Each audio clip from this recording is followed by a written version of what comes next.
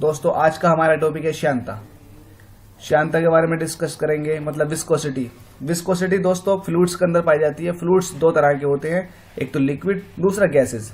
मतलब गैसों के अंदर भी श्यानता होती है और लिक्विड्स के अंदर भी श्यानता होती है। लिक्विड्स जैसे कि वाटर हो गया और गैसेस जैसे कि कार्बन डाइऑक्साइड या फिर ऑक्सीजन हो गई या फिर O2 हो गई या फिर एटमॉस्फेरिक एयर मिक्सचर हो गया। इन दोनों तरह के मेटल्स के अंदर विस्कोसिटी पाई जाती है। दोस्तों विस्कोसिटी होती क्या है, किस तरह से विस्कोसिटी बनती है, क्या इसका कॉन्सेप्ट है, वो आपको बताने की कोशिश करूंगा। विस्कोसिटी अगर मैं लिक्विड्स के अंदर बात करूं तो लिक्विड्स जो फ्लो करता है वो लेयर्स के रूप में करता है।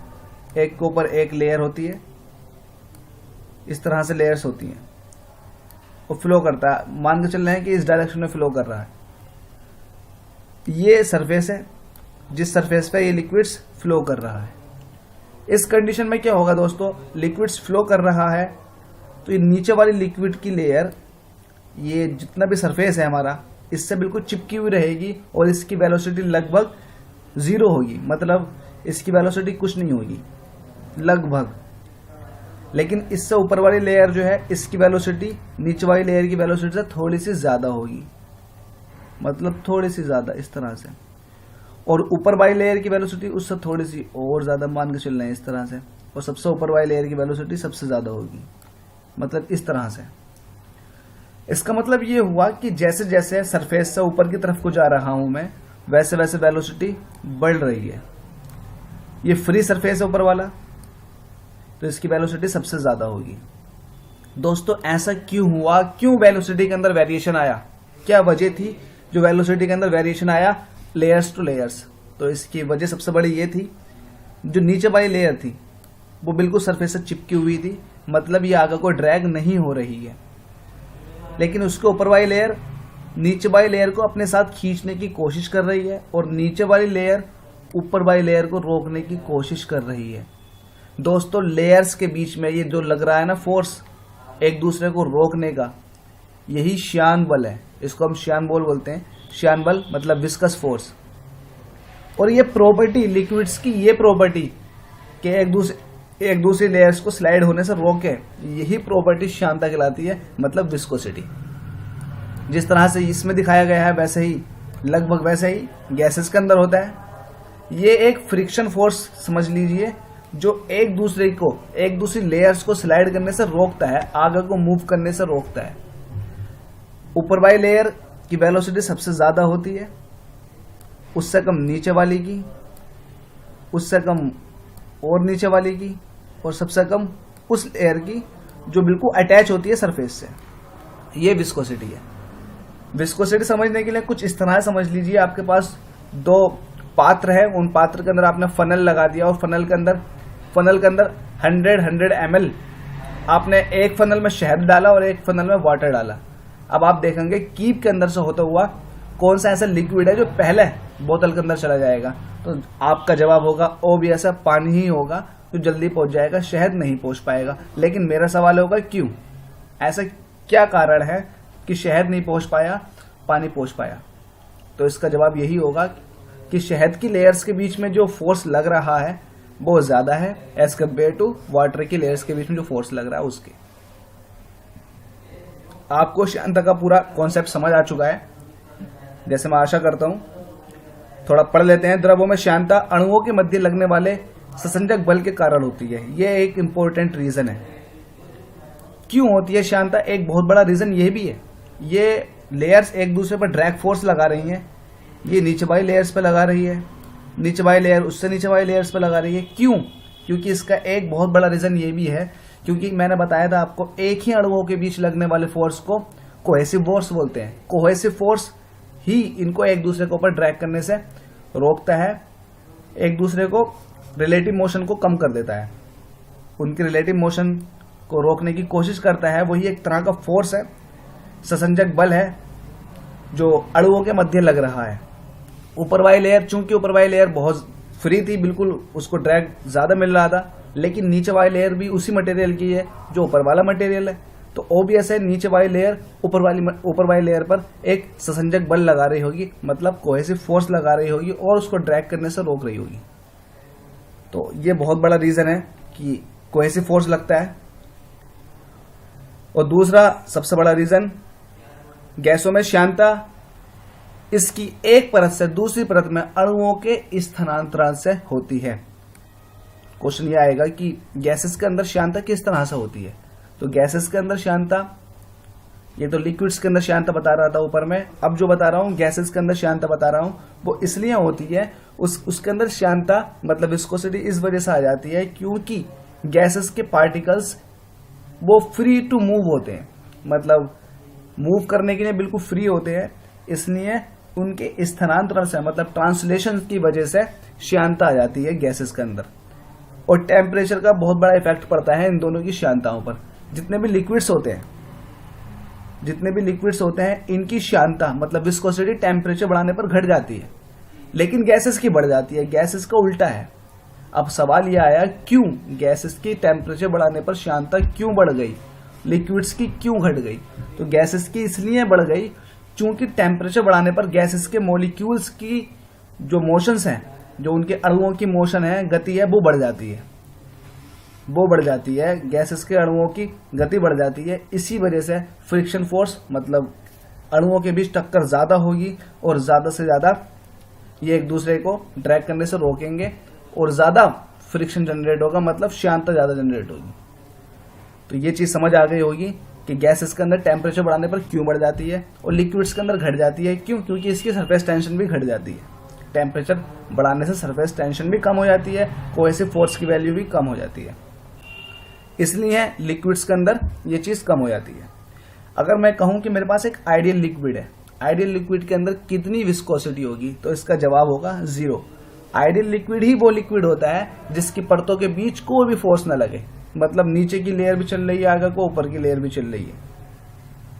दोस्तों एक होता है कोफिशिएंट ऑफ विस्कोसिटी, श्यानता गुणांक।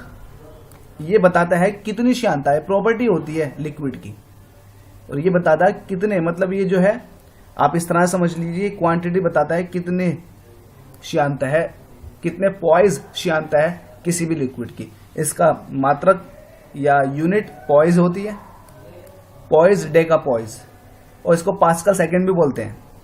इसको नीटा द्वारा प्रदर्शित किया जाता है। अगला टॉपिक आता है सीमांत वेग। सीमांत वेग इतना इंपॉर्टेंट नहीं है, लेकिन आपको बता देता हूं दोस्तों, इसको एक एग्जांपल के थ्रू समझिए, ज्यादा बेहतर लगेगा। अगर मेरे पास एक लिक्विड रखा, किसी पात्र के अंदर, बहुत बड़े पात्र के अंदर लिक्विड रखा है, मैंने ऊपर से कोई ऑब्जेक्ट डाला और ऐसा ऑब्जेक्ट डाला जिसकी डेंसिटी इस लिक्विड की डेंसिटी से ज्यादा है, ज्यादा होगी तभी नीचे को आएगा, वरना पानी के ऊपर ही तैरेगा ऑब्जेक्ट। तो मैं खुद एक ऐसा ऑब्जेक्ट ले रहा हूं जिसकी डेंसिटी इस लिक्विड की डेंसिटी से ज्यादा है। अब ये मैंने स्फेरिकल फॉर्म में है, मतलब गोलाकार है, मैंने ऊपर से डाल दिया। अब क्या होगा जब ये लिक्विड के अंदर जाएगा, जब ये लिक्विड के अंदर, मान के चलना है ये हमारे पास पात्र में लिक्विड है, और जब ये ऑब्जेक्ट लिक्विड के अंदर जाना स्टार्ट करेगा तो शुरू में इसकी वेलोसिटी बहुत ज्यादा होगी, लेकिन धीरे धीरे धीरे धीरे इस पर लगातार वाटर की लेयर्स फोर्स लगाएंगी और इसकी एक कंडीशन ऐसी आएगी कि इसकी वेलोसिटी बिल्कुल कांस्टेंट हो जाएगी, कांस्टेंट वेलोसिटी से नीचे गिरेगा। उस कांस्टेंट वेलोसिटी को ही सीमांत वेग कहते हैं। और ये निर्भर करता है जो ऑब्जेक्ट आपने डाला है। स्फेरिकल ऑब्जेक्ट की बात करी थी मैंने, स्फेरिकल ऑब्जेक्ट की रेडियस के स्क्वायर के डायरेक्टली प्रोपोर्शनल होता है यह सीमांत वेग। अगला टॉपिक है steam line flow. Steam line flow कुछ नहीं होता है, इसके बारे में थोड़ा बता देता हूं आपको। स्टीम लाइन फ्लो होता क्या है? स्टीम लाइन फ्लो उस फ्लो को बोलते हैं, मान के चलिए ये मेरा एक वाटर है, वाटर की एक ड्रॉप है, दूसरी ड्रॉप ये है, तीसरी ड्रॉप ये है, ये एक पाथ को फॉलो करते हुए जा रही है, ये इन पर है ये ड्रॉप्स। इस तरह से अगर फ्लो हो रही है, इस एक के बाद एक ही पाथ को फॉलो करते हुए वाटर की ड्रॉप्स जा रही हैं, तो इस पाथ को फॉलो करना मतलब ये इनका स्टीम लाइन कहलाता है। ये स्टीम लाइन, और इस तरह के फ्लो को स्टीम लाइन फ्लो कहते हैं। इस तरह के पाथ को फॉलो करते हुए अगर लिक्विड्स फ्लो हो रहा है तो ये स्टीम लाइन फ्लो होता है। और स्टीम लाइन फ्लो के अलावा एक होता है विक्षुब्ध प्रवाह, मतलब टर्बुलेंस। टर्बुलेंस में क्या होता है, पानी के अंदर भंवर बन जाता है, इस तरह का चलता भी आगे को और भंवर भी बनता चलता। और स्ट्रीमलाइन में भंवर नहीं चलता। स्ट्रीमलाइन अगर फ्लो हो रहा है वाटर और किसी पाइप के अंदर है तो आपको पता ही नहीं लगेगा कि पानी चल भी रहा है नहीं। इतना स्मूथ, इतना क्लियर दिखाई देगा कि आपको ऐसा लगेगा कि पानी रुका हुआ है, चल ही नहीं रहा। लेकिन विक्षुब्ध प्रवाह मतलब टर्बुलेंस में साफ दिखाई देंगे बबल्स बनते हुए पानी के पाइप के अंदर, तो ये टर्बुलेंस है। अब स्ट्रीमलाइन से टर्बुलेंस कन्वर्ट होता है, स्ट्रीमलाइन फ्लो चल रहा है और पानी की वेलोसिटी और बढ़ जाए तो वो टर्बुलेंस बन जाती है। तो कोई ना कोई वेलोसिटी ऐसी भी होगी जहां पर स्ट्रीमलाइन जस्ट टर्बुलेंस में कन्वर्ट होने वाला होगा।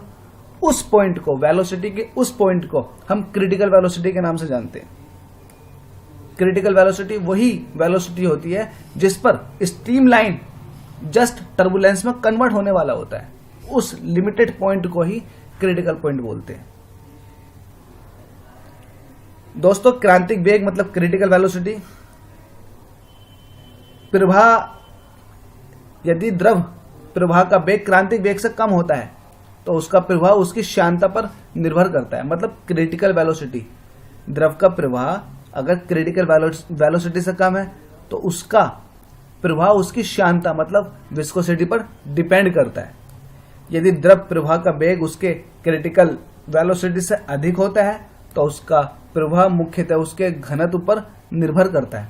जैसे ज्वालामुखी से निकलने वाला लावा बहुत अधिक गाढ़ा होने पर भी तेजी से बहता है क्योंकि उसका घनत्व अपेक्षाकृत कम होता है और घनत्व ही उसके वेग को निर्धारित करता है। आई होप आपको समझ आ गया होगा। दोस्तों, इसमें सबसे अच्छी टॉपिक है बर्नौली प्रमेय। सबसे पहला आपको बता दूं, बर्नौली प्रमेय यह ऊर्जा संरक्षण के सिद्धांत पर काम करती है। इसके अंदर 3 ऊर्जाएं ली जाती हैं: दाब ऊर्जा, प्रेशर एनर्जी, काइनेटिक एनर्जी मतलब गतिज ऊर्जा एवं पोटेंशियल एनर्जी मतलब स्थितिज ऊर्जा। दाब एनर्जी, स्थितिज एनर्जी और काइनेटिक एनर्जी, ये kinetic energy and this potential energy, these three energies her point पर, अगर मेरे पास वाटर फ्लो हो रहा इस तरह से एक पाइप के अंदर, मैं पाइप से समझा देता हूं आपको, और इस साइड का एरिया थोड़ा बड़ा है, इस साइड का एरिया थोड़ा छोटा है। बर्नौली ने कहा था अगर किसी पाइप के अंदर लिक्विड फ्लो हो रहा है, और लिक्विड का नाम कहा था उन्होंने आदर्श द्रव, आदर्श मतलब आइडियल लिक्विड। ये एक्सपेरिमेंट एक आइडियल लिक्विड पर किया गया था, मतलब आइडियल लिक्विड मानकर किया गया था। आइडियल लिक्विड रियल में तो नहीं मिलता है, लेकिन आइडियल लिक्विड मानकर किया गया था। आइडियल लिक्विड क्यों माना? क्योंकि लॉसेस हो जाते हैं आइडियल लिक्विड ना होने पर। जो हम ऑर्डिनरी लिक्विड यूज करते हैं इसमें बहुत ज्यादा लॉसेज हो जाते हैं, फ्रिक्शन लॉस हो जाते हैं, कई सारे लॉस हो जाते हैं, लेकिन हम यहाँ आइडियल लिक्विड लेकर ही इसका एक्सप्लेनेशन करेंगे और आइडियल लिक्विड पर ही ये बनाई गई है बर्नौली का प्रमेय। अब उन्होंने कहा अगर यहाँ एरिया A1 है, मतलब यहाँ का एरिया कुछ और है, यहाँ का एरिया कुछ और है, यहाँ पर A2 है। अगर मैं इस पॉइंट एक की बात करूं और ये पॉइंट 2 है, पॉइंट 1 पर अगर मैं एनर्जीज कैलकुलेट करूं, मतलब वहां पर प्रेशर एनर्जी कितनी है, वहां पर काइनेटिक एनर्जी कितनी है एंड वहां पर पोटेंशियल एनर्जी कितनी है, इन तीनों को जोड़ लूं और A2 पर चेक करूं अब तीनों एनर्जीज, प्रेशर एनर्जी कितनी है, यहां पर काइनेटिक एनर्जी कितनी है, देन पोटेंशियल एनर्जी कितनी है, तो पॉइंट A पर ये तीनों एनर्जीज का सम उतना ही होगा जितना कि पॉइंट 2 पर होगा। मतलब A पर और 2 पर एनर्जीज बराबर होंगी, बस फर्क इतना होगा यहां पर अगर दाब एनर्जी ज्यादा है तो यहां पर थोड़ी कम होगी, लेकिन जितनी एक एनर्जी कम होगी दूसरी एनर्जी उतनी ही बढ़ जाएगी। मतलब कहने का यह है एनर्जी इस पॉइंट पर भी और इस पॉइंट पर भी कांस्टेंट रहेगी, यही बर्नौली ने कहा था। और इनके इस थ्योरम पर आधारित हमारा एक वेंचुरी मीटर है। वेंचुरी मीटर के अंदर लिक्विड का फ्लो होता है, वेलोसिटी ज्ञात करने के लिए या फिर मास फ्लो रेट चेक करने के लिए वेंचुरी मीटर का यूज करते हैं। वेंचुरी मीटर ऊर्जा संरक्षण का सिद्धांत मतलब बर्नौली प्रमेय पर ही काम करता है। बर्नौली प्रमेय पर आधारित बहुत बड़े बड़े ऑब्जेक्ट हैं और बहुत काम के ऑब्जेक्ट हैं। कभी कभी क्वेश्चन इस तरह से पूछ लिया जाता है कि ये बताइए आंधी आई, आंधी में छत की टीन क्यों उड़ जाती है? तो इसका सबसे अच्छा जवाब ये है कि भैया जब कमरे के अंदर आंधी नहीं आई थी, जब कमरे के अंदर और बाहर के अंदर हमने प्रेशर चेक किया तो प्रेशर सेम था, लेकिन जैसे ही आंधी आई तो आंधी आने से क्या हुआ, ऊपर का प्रेशर तो कम हो गया, नीचे का प्रेशर वही था जो पहला था, एटमॉस्फेरिक प्रेशर के बराबर। और प्रेशर बैलेंस होने की कोशिश करता है, प्रेशर वहां से वहां को फ्लो होता है, मतलब कम से हाई से कम की तरफ को फ्लो होता है।